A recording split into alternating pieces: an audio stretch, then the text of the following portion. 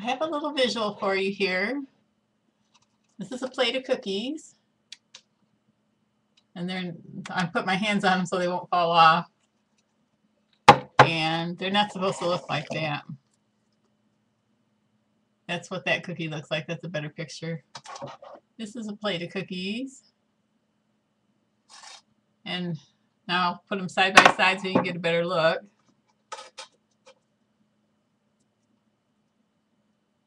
Made from the same dough in the same oven on the same day, but I screwed this one up. Screwed the dark one up. It's supposed to look like this. So I don't know if you can see the back side. I'll show you the back side of the cookies. So which one of those would you rather eat? Sorry, the picture's not too great. I'm trying to get the light right. I don't like my cookies overdone. These are not chocolate chip cookies. They're just chocolate chip cookies, and they're not supposed to look that way. They're supposed to look this way. So, having said that, what does that have to do with the price of milk? As I'm always saying to my son, I don't know which is better, the darkness or the light. You can't see my gray teeth in the darkness too badly.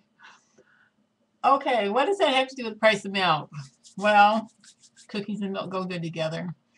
I was watching a video the other day on YouTube, and it was a really nice lady that did a really nice job on a box oven that she made. And I guess the idea is you put one charcoal briquette in the bottom of the oven in like a little fire pan for every 40 degrees Fahrenheit that you want your oven to burn.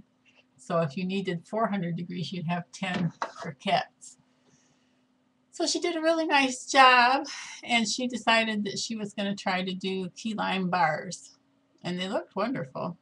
And it was kind of cute because she got all the way to the end of the video, and then she said, let's see how these taste. And she cut one and let it cool. I think she let it cool. Then she bit into it, and she said, oh, she said, they're good, except they kind of taste like charcoal. And I thought, well, we like our burgers and our brats to taste like charcoal, but we don't like our key lime pie to taste like charcoal. So the message here is walk through your prep steps. Do a try. I don't know which is better. Is it better with a light? Just walk through your prep steps and give it a try and see what works and see what doesn't. I don't screw up batches of cookies very often because I have that down to a science. I haven't had any in a while, but I used to eat 2 or 3 warm cookies every afternoon, every week of the month of the year. And now I don't eat them so often anymore. But she found out while she still had options that if you cook key lime, I'm going to turn the light back off. If you cook key lime bars in an oven made with charcoal briquettes, it's going to absorb the flavor. I'm going to do some more experimenting. I am wondering, I'm probably going to make myself a foil box oven so I can walk through those prep steps and learn what I need to learn now. Because I don't want to find out later that my key lime bars taste like charcoal or anything else that's sort of a negative.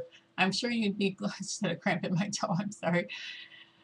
I'm sure you'd be still happy to eat the key lime bars if they were a little smoky. But maybe a paraffin burner, paraffin buddy burner made from Gulf wax would alleviate that problem. I don't know because I haven't done it, so I need to do it. So I need to walk through the prep steps. So that's the message here, is walk through the prep steps. If you think something might be a good idea, it might work, give it a try when you have the time and energy and opportunity. I have to say I learned a lot from trying to make the free burners out of hamburger beef fat the other day. I learned a lot. I learned that I would much rather have paraffin candles or paraffin buddy burners given the choice, but I would much rather have the beef fat buddy burners, I can't say that, rather than to have none at all. So walk through your prep steps, give it a try, see what works, see how it works, make your refinements now while you can go to the store and still get supplies if that should ever be an issue. I'm not one who spends a lot of time looking at the why. We've talked about that a little bit before. I look at the how. I don't, it doesn't really matter why I can't get to the store or why I can't buy something or why I'm having to live out of my supplies temporarily or long term.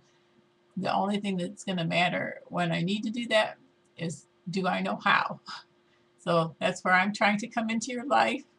I my voice is hoarse and I don't have elaborate equipment here, so it's pretty basic stuff, 5 minutes and 30 seconds. But the one thing I have learned in the last 40 years is that it helps to walk through your prep steps. So give it a try. God bless your efforts to prepare. Make a list and check it twice and then try some of it out to see how it goes. Bye for now.